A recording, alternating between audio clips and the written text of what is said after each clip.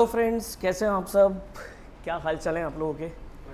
चलो, तो I hope आप लोगों की फाउंडेशन की तैयारी बहुत अच्छी चल रही होगी। ठीक है, अब फाउंडेशन अकाउंट्स के लिए ABC एनालिसिस तैयार किया है फॉर जून 23 अटैम्प्ट कि आप लोगों के अटैम्प्ट में किस तरीके से हमें रिवीजन करना है।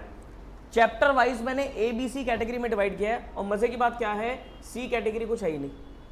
ज़्यादातर A कैटेगरी है या फिर B कैटेगरी है। C कैटेगरी में जनरली वो टॉपिक आते हैं जो आते ही नहीं है एग्जाम में, तो ऐसा कोई टॉपिक ही नहीं है जो एग्जाम में ना आता हो। ठीक है, तो A और B कैटेगरी में डाला है। अब देखो ABC एनालिसिस का फ़ायदा क्या होगा। ABC एनालिसिस से बस आपको सिर्फ ये पता लग जाएगा कि आपको किस ऑर्डर में रिवीजन करनी है। ठीक है, और यहाँ पर कुछ पास्ट एग्जाम को देखते हुए एक प्रिडिक्शन निकालिए कि हर चैप्टर में से क्या क्या आने के चांसेस हैं। ठीक है, तो एक एक चैप्टर को उठाते हैं और देखते हैं कि हर एक चैप्टर में से पास्ट में क्या क्या आया है और अब क्या आने के चांसेस हैं। ठीक है जी, आओ देखो जी, सबसे पहले अगर मैं बात करूं आपके ट्रू फॉल्स की, लो जी ट्रू फॉल्स, ये आपको सबको पता है कि भाई जो ट्रू फॉल्स है ये तो आपके A कैटेगरी में ही है क्योंकि आपके कंपलसरी हैं, और हर बार देखो क्या 12-12 नंबर का क्वेश्चन आया हुआ। नवंबर 20 से स्टार्ट किया है मैंने यहाँ पर, और दिसंबर 22 तक को प्रिडिक्ट किया, एनालाइज किया है। नवंबर 20 अटेम्प्ट से लेकर दिसंबर 22 तक कितने कितने मार्क्स का आया है और अब जून 23 में क्या होने वाला है। तो अगर आप ट्रू फॉल्स की बात करो तो हमेशा 12-12 नंबर का है, तो ऑब्वियसली इस बार भी 12 नंबर का ही आएगा। और आता कैसे है, 6 question 2 marks each, with reason आपको आंसर देना होता है। थ्योरी की बात करी जाए तो थ्योरी भी देखो आपकी अगेन A कैटेगरी के टॉपिक में आ जाती है। A कैटेगरी में थ्योरी डालूंगा क्योंकि हर बार थ्योरी भी आपकी 9 मार्क्स की आई हुई है और इस बार भी 9 मार्क्स की आएगी ही आएगी। इसकी डिटेल डिस्कशन के लिए मैं ऑलरेडी आपके सेशन ले चुका हूँ, ट्रू फॉल्स के भी थ्योरी के भी। नहीं देखे होंगे तो आप लोग यूट्यूब पे देख सकते हैं, इसे देख लीजिएगा जरूर। ठीक, अब अगला टॉपिक आता है आपका बेसिक अकाउंटिंग प्रोसीजर्स। इनमें क्या क्या टॉपिक कवर होते हैं, इसमें जर्नल हो गया, लेजर हो गया, trial balance, cash book, subsidiary books, trial balance, ये सब चीजें आपकी किस में कवर होती है, बेसिक अकाउंटिंग प्रोसीजर्स में। ठीक है, इसको भी A कैटेगरी में क्यों डाला मैंने, क्योंकि हमेशा एग्जाम में आया है, सिर्फ एक अटेम्प्ट जनवरी 21 में क्वेश्चन नहीं आया था, नहीं तो हमेशा 4-5 नंबर का कुछ ना कुछ आया है। अब इसको ध्यान से देखते हुए चलो, देखो अगर नवंबर 20 की बात करी जाए तो 4 नंबर का सेल बुक का क्वेश्चन आया, जनवरी 21 में नहीं आया, जुलाई 21 में 5 नंबर परचेज बुक, दिसंबर 21 में 5 नंबर ट्रायल बैलेंस, जून 22 में 4 नंबर का ट्रायल बैलेंस, दिसंबर 22 में 5 नंबर का कैश बुक, और जून 23 में इस बार मुझे लगता है कि कंपलसरी क्वेश्चन में डालेंगे ये 4 नंबर का, जिसमें या तो सब्सिडरी बुक्स पूछ सकता है, या कि परचेज बुक या परचेज रिटर्न बुक या सेल बुक वगैरह पूछ सकता है, या फिर ट्रायल बैलेंस पूछ सकता है। ठीक है, तो ऐसा लगता है कि इस बार 4 नंबर में ये या तो सब्सिडरी बुक्स का क्वेश्चन डालेगा या ट्रायल बैलेंस का क्वेश्चन डालेगा, तो इसको अच्छे से करके जाना। ये जो मैंने एक्सपेक्टेड दी है ना चीजें, ये इसलिए दी है मैंने कि आप कोई भी टॉपिक पढ़ रहे हो तो ये वाली चीजें पहले कर लो। करना सब कुछ है, मैं ये नहीं कह रहा कि यही कर दी है इससे काम बन जाएगा आपका, ऐसा कुछ नहीं है। 100% कोर्स कवर होना चाहिए, तभी आपके जाके अच्छे नंबर आएंगे। लेकिन बस ये क्या है कि ये वाली चीजें जो हैं, ये वाले टॉपिक्स जो हैं वो आप पहले कर लो, बाकी सब बाद में कर लेना। ठीक है, एक थोड़ा सा आइडिया मिल जाता है, प्रेडिक्शन मिल जाती है। बाकी प्रोफेशनल एग्जाम में इसमें कोई प्रेडिक्शन काम करती भी नहीं है। ठीक है, कुछ भी हो सकता है, इंस्टीट्यूट किसी भी टाइम में पेपर पैटर्न बदल सकता है, हो सकता है आपके एग्जाम में पेपर पैटर्न बदल जाए, कुछ नहीं कह सकते। ठीक है, क्योंकि इंस्टीट्यूट कहीं अपनी गाइडेंस में ये लिख के नहीं देता कि एक बार जो हमने पेपर पैटर्न फॉलो किया वो फॉलो ही करते चले जाएंगे, नहीं। ठीक है, ये इंस्टीट्यूट प्रोफेशनल कोर्स कभी भी एग्जाम पैटर्न चेंज हो सकता है। ठीक है जी, तो इसलिए हमेशा आपको पूरा कोर्स कर लेना चाहिए। अब आता है अगला चैप्टर आपका डेप्रीसिएशन का। ये मैंने B कैटेगरी में डाला है। B में इसलिए डाला है क्योंकि इसको बाद में करना, क्योंकि ये कभी आ जाता है कभी नहीं आता। जैसे नवंबर 20 आया नहीं क्वेश्चन, ठीक है, उसके बाद हमेशा आया क्वेश्चन। 10 नंबर का क्वेश्चन जनवरी 21 में, जुलाई 21 में 4 नंबर का क्वेश्चन, दिसंबर 21 में 5 का, जून 22 में 10 नंबर का, दिसंबर 22 में 4 नंबर का कंपल्सरी में डाला था इन्होंने पिछले टाइम में। इस बार मुझे लगता है कि भाई डेप्रिसिएशन से 10 नंबर के क्वेश्चन आने के चांस है। ठीक है, और अगर 10 नंबर के क्वेश्चन की बात करी जाए डेप्रिसिएशन में से, तो चेंज इन मेथड वाला इंक्लूड करके पूछेगा आपसे कि पहले कुछ टाइम पीरियड तक लेट से SLM फॉलो होता चला गया, फिर एक साल में आपका WDV में वो कन्वर्ट हो गया, तो उसके अगले साल का भी आपको अकाउंट बनाने के लिए पूछ सकता है। ठीक है, या फिर मल्टीपल एसेट्स वाला क्वेश्चन होता है जिसमें 4-5 एसेट्स होते हैं, 2 डिस्ट्रॉय होगी फिर एक और खरीद लिया, ऐसा क्वेश्चन भी आपकी बुक में था, तो वो आपके बड़े बड़े क्वेश्चन है 10 नंबर का। या प्रोविजन वाला क्वेश्चन जिसमें आपका एक्यूमुलेटेड डेप्रिसिएशन अकाउंट या प्रोविजन फॉर डेप्रिसिएशन अकाउंट और एसेट अकाउंट और एसेट डिस्पोजल अकाउंट, ये तीनों मिलाकर अगर अकाउंट बनाएगा तो वो 10 नंबर का क्वेश्चन आ सकता है। तो डेप्रिसिएशन इस बार के लिए मेरे लिए इंपॉर्टेंट रहेगा, तो करके जाना। देन बीआरएस की अगर बात करी जाए तो बीआरएस ए कैटेगरी में डाला जाएगा, क्योंकि हमेशा बीआरएस का क्वेश्चन आया है, कोई भी ऐसा अटेम्प्ट नहीं है जिसमें बीआरएस ना आए हो। ठीक है, बीआरएस में मजे की बात क्या है, एक बार एडजस्टेड कैश बुक, एक बार नॉर्मल, एक बार एडजस्टेड, एक बार नॉर्मल, इस तरीके से हुआ है। जैसे नवंबर 20 से बात करी जाए तो एडजस्टेड, फिर जनवरी 21 में 4 नंबर कंपल्सरी में नॉर्मल, जुलाई 21 में भी नॉर्मल, फिर एडजस्टेड कैश बुक 10 नंबर का, फिर जून 22 में 5 नंबर नॉर्मल। तो लास्ट अटेम्प्ट में 10 नंबर का एडजस्टेड कैश बुक आया था। तो इस बार मुझे लगता है कि क्वेश्चन तो आएगा, लेकिन 10 का शायद ना आए, 5 का आ जाएगा और नॉर्मल आएगा, जिसमें एडजस्टेड नहीं होगा, नॉर्मल क्वेश्चन आएगा 5 नंबर का। ठीक है, तो इसको देख लेना आप। Then is your rectification of errors, ये भी ए कैटेगरी में डाला जाएगा, क्योंकि इसका भी क्वेश्चन हमेशा एग्जाम में आता है, सिर्फ एक अटेम्प्ट में नहीं आया, बाकी हमेशा आया है। और रेक्टिफिकेशन में आपका देखो तीनों में से कोई भी स्टेज आ जाती है। आफ्टर अकाउंटिंग पीरियड क्लोज हो रहा है वो भी आ सकता है, बिफोर भी आ सकता है, और आपका बिफोर ट्रायल बैलेंस भी आ सकता है। तीनों में से कोई भी स्टेज आ सकती है। 5 या 10 नंबर का क्वेश्चन। ठीक है, तो नवंबर 20 से बात करी जाए तो 5, फिर जनवरी 21 में 10, जुलाई 21 में 10, दिसंबर 21 में 5, जून में नहीं आया क्वेश्चन, दिसंबर 22 में, मतलब पिछले टाइम में 10 नंबर का आया था, इस बार शायद 5 नंबर में ही पूछेगी। ठीक है, इस बार हो सकता है ये 5 नंबर का ही क्वेश्चन पूछ ले, या 10 भी आ सकता है। ठीक है, बाकी देखते हैं। अब बिल्स ऑफ एक्सचेंज की बात करी जाए, मुझे बिल्स ऑफ एक्सचेंज इस बार शायद लग रहा है नहीं आए। ठीक है, क्योंकि bills of exchange B category में है, कभी आ जाता है कभी नहीं आता। आता है तो सीधा वो अकोमोडेशन पूछ लेता है 10 नंबर में। ठीक है, फिर देखो नवंबर 20 में 10 नंबर पूछा, जनवरी 21 में आया ही नहीं, जुलाई 21 में भी नहीं आया, 2 टाइम तक नहीं आया, फिर दिसंबर 21 में 10 नंबर का नॉर्मल पूछा इन्होंने। ठीक है, जिसमें इंसॉल्वेंसी ऐड कर दिया। जून 22 में नहीं पूछा उन्होंने, और पिछले टाइम में 15 नंबर का अकोमोडेशन पूछा था, 15 नंबर का क्वेश्चन आया था अकोमोडेशन बिल का। तो मुझे लगता है कि शायद इस अटेम्प्ट में बिल्स ऑफ एक्सचेंज का क्वेश्चन आए ही ना। ठीक है, बट करके जाना है, छोड़ना तो कुछ नहीं है। ठीक है, बट शायद ना आए, एक्सपेक्टेड है कि ना आए। Account current, average due date और sale of goods on approval basis, ये तीनों ए में जाएंगे, क्योंकि इन 3 में से 2 क्वेश्चन आपके एग्जाम में आ जाते हैं। ठीक है, तो अगर आप तीनों की बात करोगे तो आप देख सकते हो, जैसे अगर मैं नवंबर 20 की बात करूंगा तो यहां पर अकाउंट करंट और ड्यू डेट ये दोनों पूछे, जनवरी 21 में तीनों ही पूछ लिया, जुलाई 21 में इन्होंने अकाउंट करंट ना पूछ के ड्यू डेट और सेल ऑफ गुड्स पूछा, दिसंबर 21 में ड्यू डेट और अकाउंट करंट पूछा, जून 22 में इन्होंने अकाउंट करंट और सेल ऑफ गुड्स पूछा, दिसंबर 22 में इन्होंने अकाउंट करंट और ड्यू डेट पूछा। इस बार मुझे लगता है अकाउंट करंट और सेल ऑफ गुड्स आने के चांस है, अकाउंट करंट और सेल ऑफ गुड्स का क्वेश्चन आने के चांस है, और जनरली ये ना चॉइस में आ जाता है। ठीक है, क्वेश्चन नंबर 3 में मिलेगा आपको ये क्वेश्चन 5 नंबर का, और करके दे रखा होगा। ठीक है, तो दोनों में से कोई एक करना है, लेकिन देख के दोनों ही जाना। ठीक है, दोनों पता होने चाहिए। कई बार आपको मान लो ड्यू डेट का नहीं समझ में आ रहा क्वेश्चन, तो आप सेल ऑफ गुड्स तो कर सकते हो। ठीक है, तो दोनों कर जाना, और छोटे छोटे से चैप्टर हैं तो इसमें तो कोई दिक्कत ही नहीं है। उसके बाद इन्वेंट्रीज, इन्वेंट्री बी कैटेगरी का चैप्टर है, वैसे तो बी कैटेगरी का चैप्टर है, लेकिन इस बार क्वेश्चन आएगा 10 नंबर का इन्वेंट्री टेकिंग, नवंबर 20 में पूछा गया। इन्वेंट्री टेकिंग क्या होता है कि भाई आपका स्टॉक की फिजिकल काउंट होता है, या तो अकाउंटिंग पीरियड से पहले हफ्ता भर पहले हो गया, या अकाउंटिंग पीरियड के बाद हफ्ता भर बाद हो गया। ठीक है, तो जब भी स्टॉक काउंट हो रहा है वहां से आपको क्लोज ऑफ द ईयर पे इन्वेंट्री की वैल्यूएशन कैसे होगी, तो ये वो वाले पॉइंट्स है। ठीक है, तो 10 नंबर का इन्वेंट्री टेकिंग आया नवंबर 20 में, जनवरी 21 में 5 नंबर एबनॉर्मल आइटम का क्वेश्चन आया, एबनॉर्मल आइटम का भी क्वेश्चन है उसमें से, जुलाई 21 में 5 number adjusted selling price method, दिसंबर 21 में 4 नंबर कंपल्सरी में डाला थे उन्होंने स्टॉक लेजर बनाने के लिए, फीफो मेथड या वेटेड एवरेज मेथड, जून 22 में 5 नंबर एबनॉर्मल आइटम, पिछली बार पूछा ही नहीं था, इस बार पूछेगा और लगता है कि 10 नंबर का ही पूछेगा, इन्वेंट्री टेकिंग पूछेगा। काफी टाइम से इन्वेंट्री टेकिंग नहीं आ रहा, काफी टाइम से आपका इन्वेंट्री टेकिंग का क्वेश्चन नहीं आ रहा, और अगेन ये इंपॉर्टेंट टॉपिक होता है, लेकिन इंस्टीट्यूट काफी टाइम से नहीं पूछ रहा, नवंबर 20 के बाद से पूछा ही नहीं, तो इस बार हो सकता है पूछ ले 10 नंबर का इन्वेंट्री टेकिंग, तो इसको कर जाना। अगेन कंसाइनमेंट की अगर बात करूं तो बेटा कंसाइनमेंट ए कैटेगरी में होता है। ठीक है, लेकिन पिछले टाइम में नहीं पूछा, और दिसंबर 21 में भी नहीं पूछा, इस बार पूछेगा जरूर। ठीक है, और जब भी पूछता है वो सीधा 10 नंबर का क्वेश्चन पूछता है। सिर्फ नवंबर 20 में 5 पूछा था, उसके बाद 10 दिसंबर 21 में नहीं पूछा, फिर 10, फिर दिसंबर 22 में नहीं पूछा, तो इस बार पूछेगा 10 नंबर का क्वेश्चन आएगा कंसाइनमेंट का, करके जाना पक्का। अब आता है पार्टनरशिप।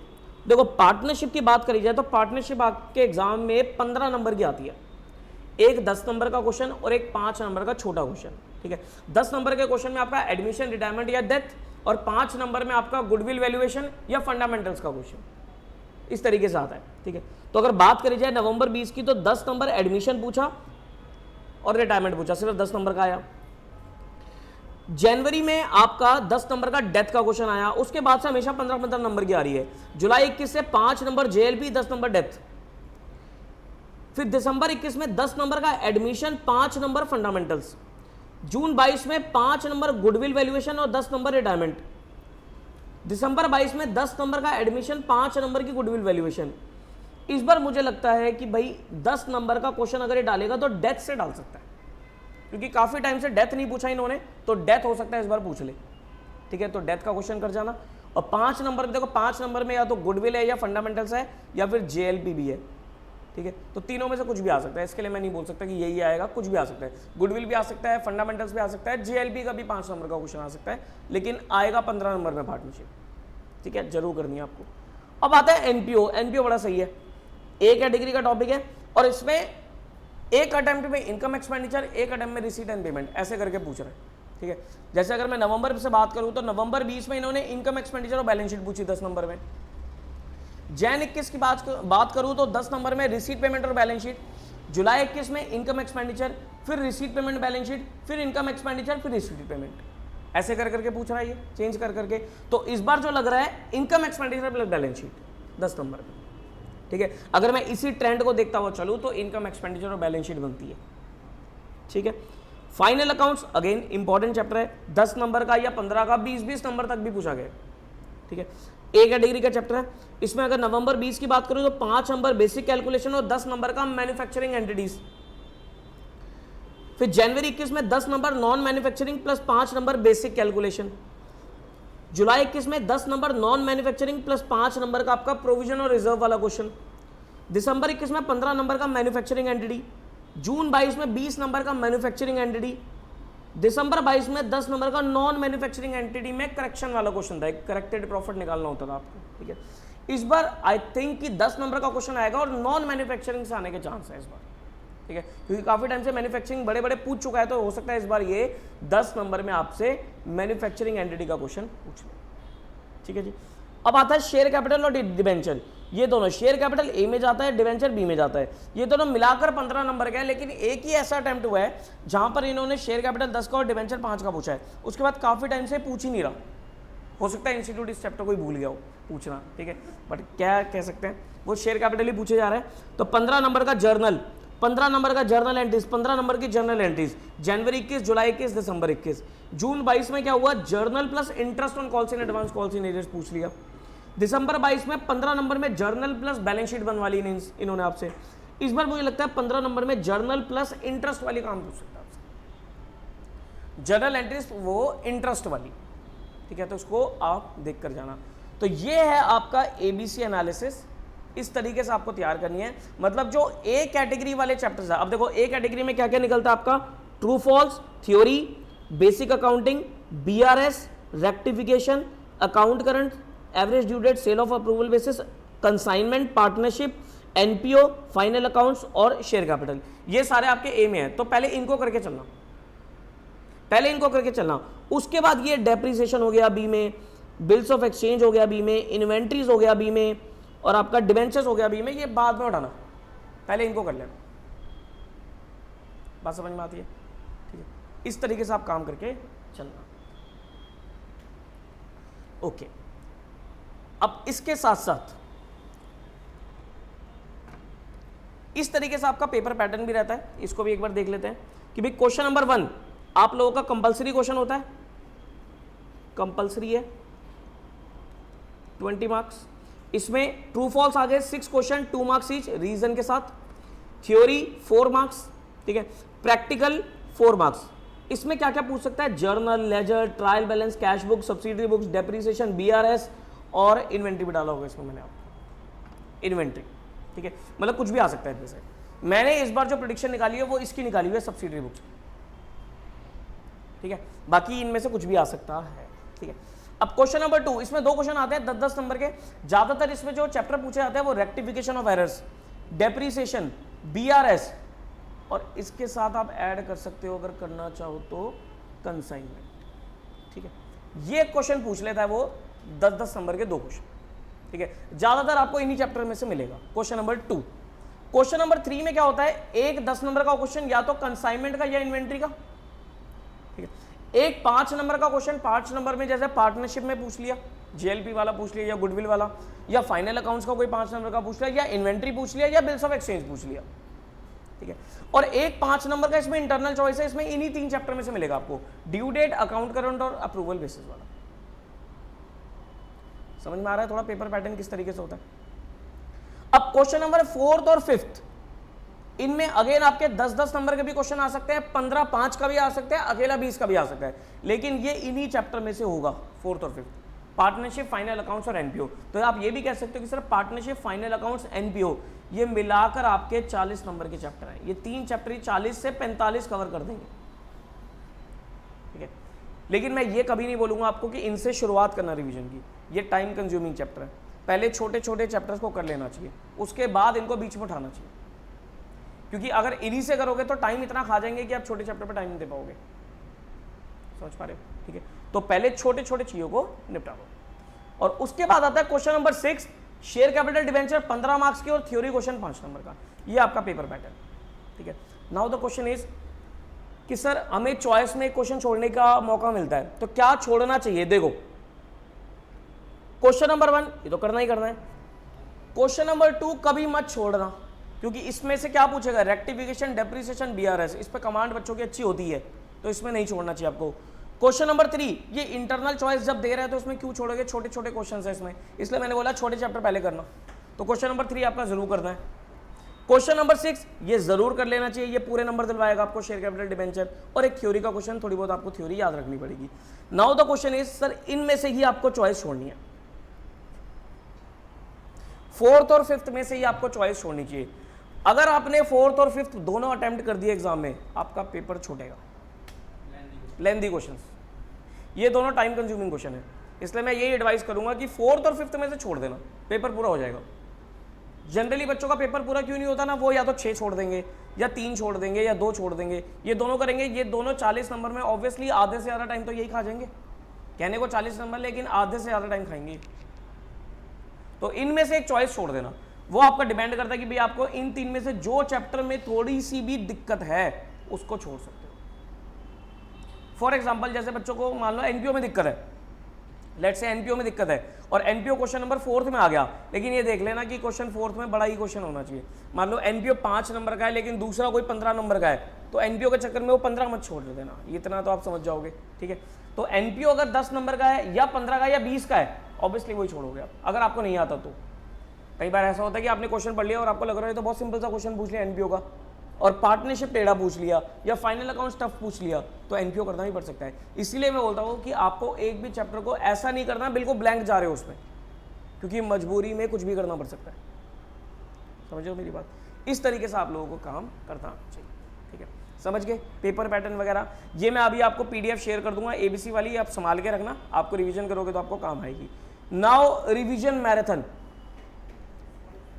रिवीजन मैराथन ये हम स्टार्ट करने जा रहे हैं कब से, 26 मई से, 26 मई से 31 मई तक चलने वाली है। 26, 27, 28, 29, 30, 31 है तो ये 6 दिन, लेकिन मुझे इन 6 में से 5 दिन चाहिए, ठीक है। तो इन केस मैं बीच में अगर कोई दिन पे नहीं ले पाया तो वो 31 में एडजस्ट हो जाएगी, और अगर रेगुलर 5 दिन ली तो वो 30 को भी खत्म हो जाएगी वो, ठीक है। लेकिन 26 से शुरुआत होगी, टाइमिंग ध्यान रखना 7:30 से 10:30,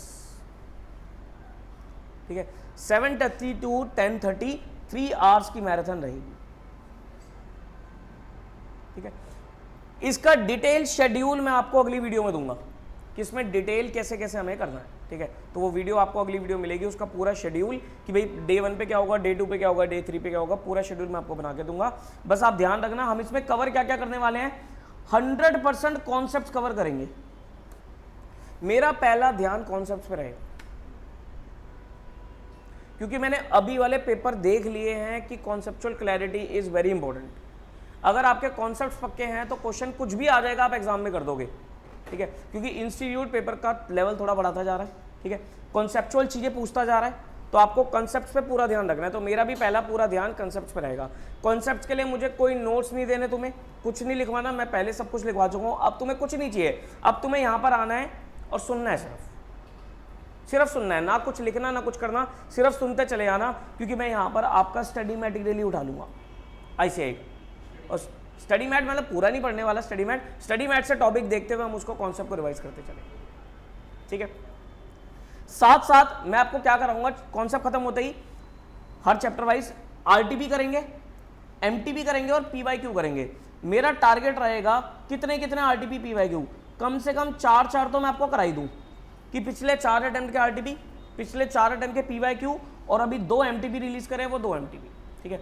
अगर 4 मुझसे RTP की अगर आप बात करो तो 4 RTP कौन से, एक तो अभी आपका जून वाला अटेम्प्ट का आ रखा है, उससे पहले वो दिसंबर 22 वाला, फिर मई 22 वाला, और एक आपका नवंबर 21 वाला। तो ये 4 आप अपने पास डाउनलोड करके रख लेना, या प्रिंट निकाल सकते हो, प्रिंट निकाल के रख लेना। और अगर PYQ की बात करोगे तो PYQ में दिसंबर 22, मई 22, दिसंबर 21 और आपका जुलाई में हुआ था अटेम्प्ट, जुलाई 21। तो ये 4 मैं कवर कराऊंगा। इससे ज़्यादा आप करना चाहो तो वो आपको खुद कर लेने हैं, वो आपको करने भी चाहिए, 5-6 कर लोगे तो और ज़्यादा अच्छा रहेगा, लेकिन वो आपको खुद करने हैं, ठीक है। मैं इतने कराऊंगा क्योंकि मेरे पास तो टाइम की लिमिटेशन रहेगी, ठीक है। ये कराने के बाद इससे एक्स्ट्रा अगर आप करना चाहो तो वो आप घर पे बैठ के खुद कर लेना, ठीक है। और 2 MTP जो रिलीज़ करें इंस्टीट्यूट ने वो करेंगे, 5-6 दिन में हम इसको अच्छे से कवर करेंगे, ये कवरेज रहेगी आपकी, ठीक है। चलो बाकी अब अपना रिवीजन करते चलो। मैराथन स्टार्ट होने से पहले, अब देखो मैराथन स्टार्ट होने में अभी 5-6 दिन है, 4-5 दिन है, तो आप अपने सिलेबस को रिवाइज कर लो। आज क्या तारीख हो गई है, 23 हो गई है, तो 23, 24, 25, 26 को मतलब 3 दिन है। आप चाहो तो 3 दिन में अपना सिलेबस पूरी तरीके से रिवाइज कर सकते हो। ज़्यादा कुछ मत पढ़ो, लेकिन कॉन्सेप्ट रिवाइज कर लो, ठीक है। एटलीस्ट कॉन्सेप्ट्स को पढ़ के आओ। ऐसा ना हो कि मैराथन में आगे बैठ गए हो, रिवीजन में आगे बैठ गए हो और ब्लैंक हो सब कुछ, कोई फायदा नहीं होगा, ठीक है। तो एक बार गो थ्रू सारी चीज़ें करके आना, ठीक है। और बहुत सारी चीज़ें ऐसी भी होंगी जो आपके माइंड से स्किप हो गई होंगी, कॉन्सेप्ट भूल गए होंगे, इसमें क्या करते थे उसमें क्या करते थे, वो सब रिकॉल हो जाएगा आपका, तो ठीक है। बोलो भाई, क्लियर है सारी चीज़ें? चलो दैट्स इट। अब हम मिलेंगे अगली वीडियो में, जब आपको शेड्यूल देने वाला हूँ मैराथन का, क्या शेड्यूल रहेगा, ठीक है जी। चलो ओके देन, बाय बाय।